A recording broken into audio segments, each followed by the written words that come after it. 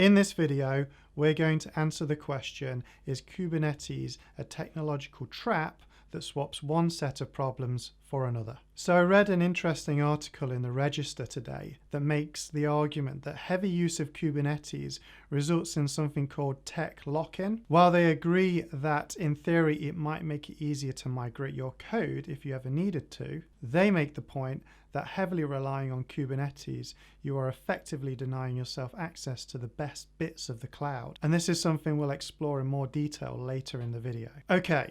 Before we get into this, I just want to state that I'm not against the use of Kubernetes or any other orchestration tool for that matter. I think it's an awesome solution to a technological problem, and there's a bunch of valid use cases for it. However, blindly using a piece of tech without properly considering the pros and cons can turn out to be a potential huge mistake in the long run. This happens more often than you'd think, where developers or teams of developers become convinced that their solution to a problem is the only solution to the problem. And you get this kind of cultish belief that whenever questioned is met with super defensive responses, kind of like a groupthink mentality. So this is a super interesting topic to cover, and I think you'll gain some value from it. So with that said, let's get into it. So what is tech lock-in? Tech lock-in is basically what it sounds. By choosing a piece of tech that your application is heavily reliant on and can't easily be moved from, you effectively have tech lock-in. Now, I'm not saying all tech lock-in is bad,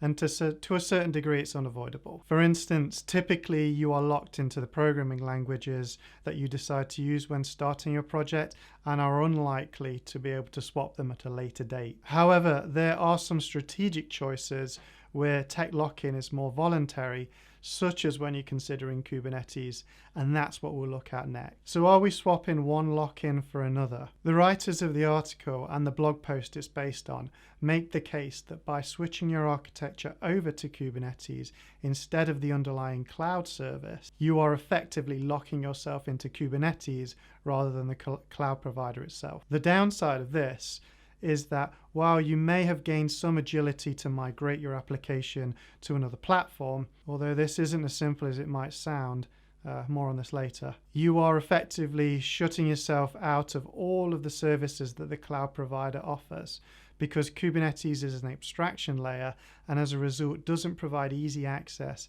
to the services that attracted us to the cloud platform in the first place. Furthermore, migration is never free, even with Kubernetes. Not only that, where a cloud provider does attempt to allow access to the underlying vendor-specific services, such as their compute units, for instance, in EKS on AWS Fargate, you find that it's not CNCF certified and arguably not even standard Kubernetes. The same is true for virtual nodes, for instance, in Azure. So what this means is by adopting Kubernetes, you may save a little in terms of theoretical migrations, but you'll pay for it in dev time importing your existing architecture over to it. So if portability is your primary reason for choosing Kubernetes-based approach, it's probably worth taking a good look at how likely you are to migrate your products over to another cloud provider. Which begs the question, how often do products migrate anyway? This is a totally valid question. I mean, we might be putting a lot of effort into solving a problem that will never come up. In the article, the guys state, most applications won't migrate between cloud providers due to portability challenges, but most applications don't require such portability. Data gravity plays a strong role in keeping applications close to where the data resides. Moving data is often difficult and expensive. For similar reasons, the use case of moving application frequently to leverage least expensive infrastructure has not materialized, which basically means that wherever your databases live is where your application is likely to be anchored to. So having the portability that Kubernetes provides, at least in theory, doesn't help solve this more difficult question to answer when it comes to product migration. So what do you think?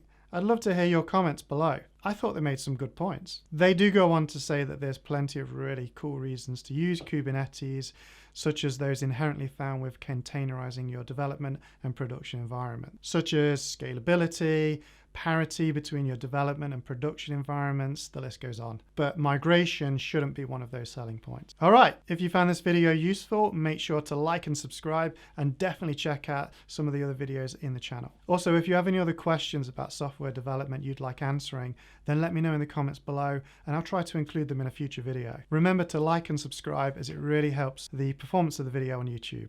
Thanks.